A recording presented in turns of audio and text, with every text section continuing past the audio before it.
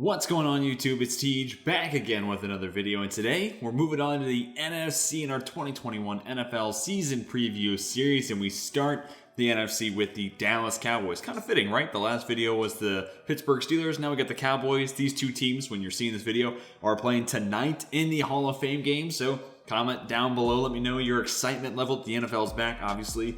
I'm stoked. That's what my channel is basically predicated on, NFL football. So I'm excited to have it back on my TV.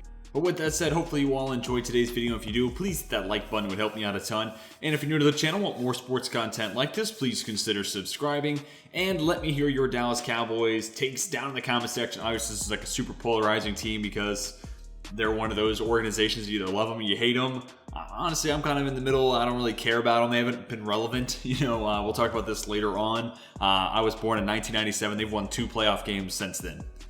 They just really aren't relevant in my lifetime. So they're looking to turn that around this year, have a lot of firepower on offense, looking to figure out that defense. But let's take that opportunity to go ahead and start talking about this team. Win range, 8 to 12 wins. This is a pretty solid team. 8-9 would definitely be a big disappointment, and maybe it puts Mike McCarthy on the hot seat. Obviously, less wins than that, I think probably puts him in that conversation. I know Jerry Jones had Jason Garrett around forever, and McCarthy and Jones seem to be good buds, but sub 8-win season, sub 500 record overall would have to put McCarthy in that hot seat category. But at the same time, this team could go 12-5 just given how good that offense is. The defense worries me beyond all belief. It is just not good. And we'll talk about some of those players later on. I do like Trevon Diggs. I think he's a good, young, talented corner. Kelvin Joseph is super talented. Hopefully he's got the off-the-field issues settled. But, you're talking about Diggs, a guy I think is a really nice number 2. Joseph, rookie corner. They don't normally play well. Then it's, Jordan Lewis, Anthony Brown, guys who have proven to be fine, I guess. But, so an iffy secondary on top of DeMarcus Lawrence is pretty good, but who else can step up along the defensive line? We'll talk about one of those guys who might be able to do that later on. But man, if that offense, specifically if the offensive line is healthy and like Dak doesn't have another freak injury, that team's going to put up points. So it's certainly possible this team goes 12-5. Ultimately, I have them going second in the division, making it as a wild card at 10-7. You see my projected win total at 10 wins. I just give the edge to Washington because, look, Dallas has an elite offense. Washington has the elite defense. The other side of the football, Cowboys are pretty bad on defense. Washington's okay on offense. And ultimately that, kind of persuades me enough to give the edge to the Washington football team. But that's not to say the Cowboys can't win this division. It's probably about as close as it gets between 1 and 2 in a division when it comes to talent. So obviously it's going to be a lot of fun to watch the NFC East. It's always kind of entertaining from a certain point of view. Entertainingly bad most of the time, but maybe this year that changes up a little bit. I'm done bashing the NFC East. I'm sorry, Cowboys, Washington, Philadelphia, and New York Giants fans. I am sorry. Realistic goal, make the playoffs, right?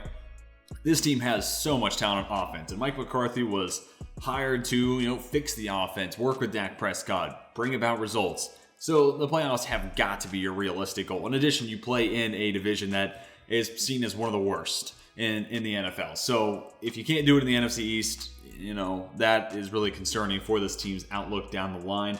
Reach goal, reach the NFC Championship game. That is definitely lofty, especially considering for them to do that, realistically, they'd have to win the NFC East, get a home game in the wild card round, then get a W, obviously, in the divisional round, make it to the NFC Championship game. Like I said, they've only won 2 games since I've been born, in 1997. That is crazy.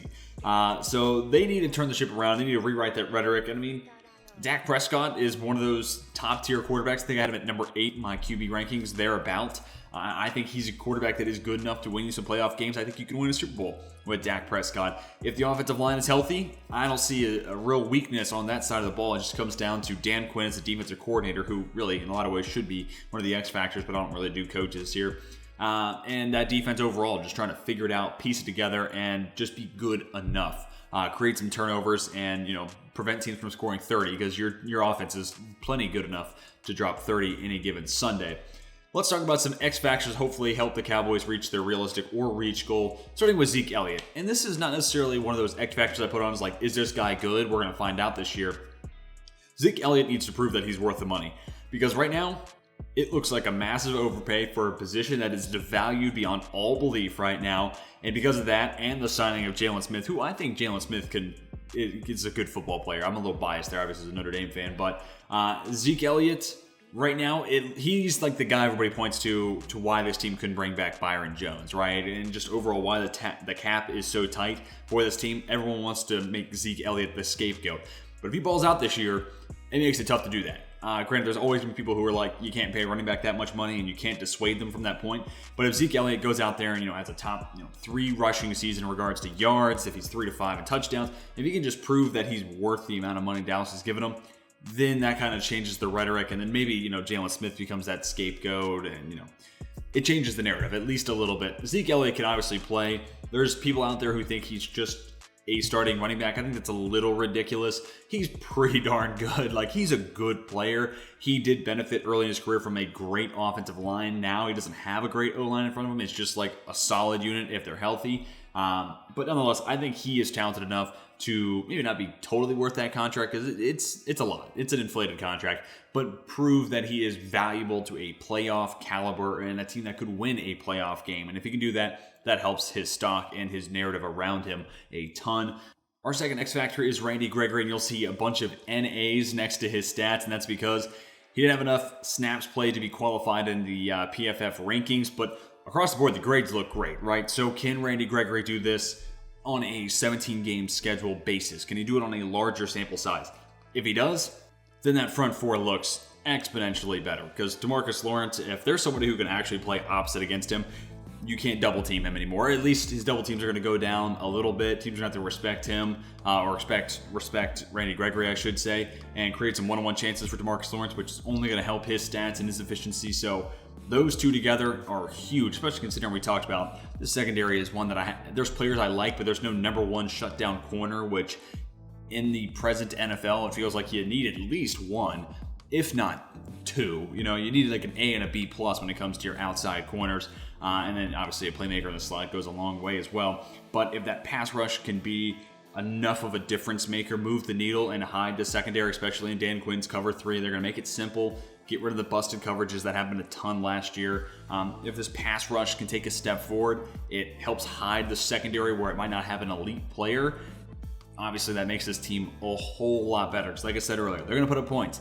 They just need to slow down opposing teams. And really, it might come down to a lot of games where if Dallas can come away with the crucial turnover with 4 minutes left in the fourth quarter, or there's going to be games where there's only one turnover, which defense created it, and that could be the pendulum that swings in either direction. So Dallas's defense just needs to be opportunistic more than it needs to be good in a lot of ways. Kind of think back to the Chiefs 2 years ago when they won the Super Bowl. Granted, that defense was vastly improved from where it was the year prior, but they just had playmakers who made big plays nonstop, got the ball back in their hands of Pat Mahomes and everybody, and that's kind of the formula set in place for Dallas, and a big part of that is Randy Gregory, and another big part of it is going to be a lot of players in the secondary, but I decided to make our third X factor Damonte Casey, because he, and you could just make this Malik Hooker, whichever one you think is going to be the starter, because it's going to be a battle in camp between the two, and they both have the same problem.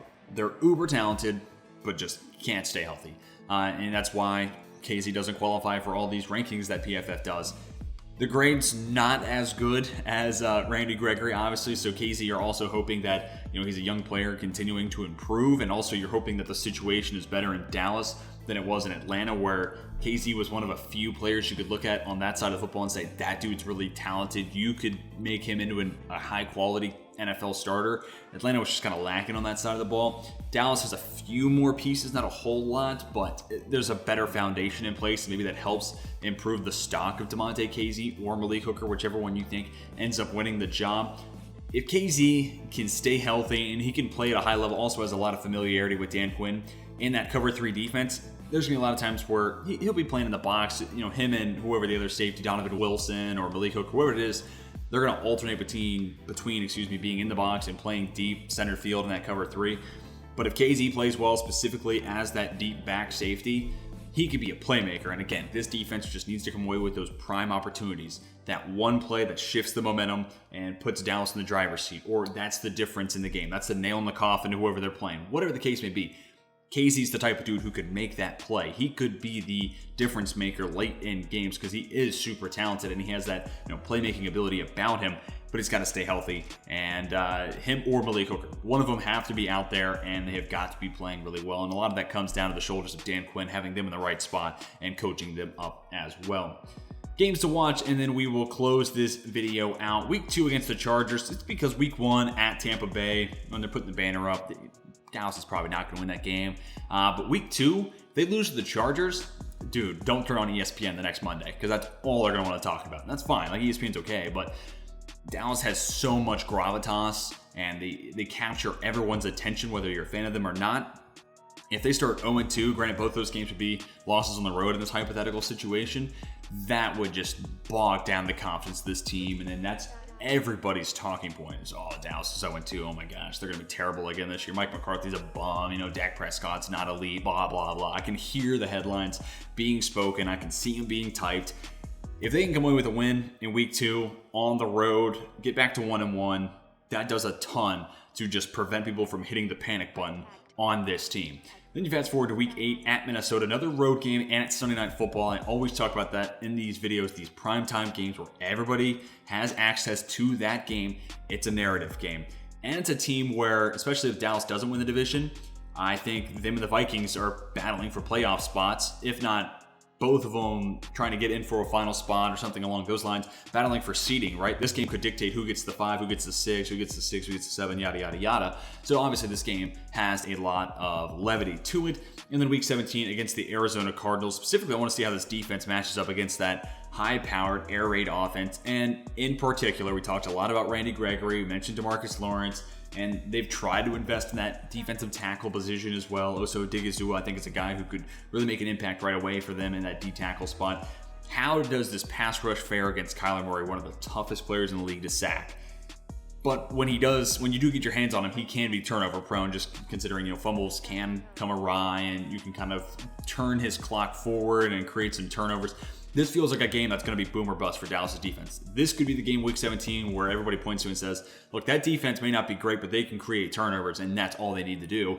Or it could be one where, Kyler Murray goes for, 450 total yards between the air and the ground, 4 tutties, and Nuke Hopkins nukes them, no pun intended. But that could be a game that either boosts the stock of the Cowboys or it just completely obliterates what people think, or it could be confirmation bias at that point as well. So obviously another team that also could make the playoffs as well. So it could be a fight between the Cardinals and the Cowboys to try to get into that wild card spot and maybe fighting for seeding again. Same thing I talked about with the Vikings.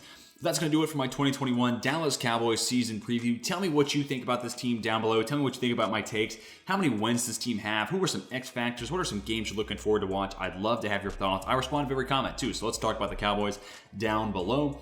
Hopefully you all enjoyed today's video. If you did, please hit that like button. It would help me out a ton. And if you're new to the channel, want more sports content like this, please consider subscribing.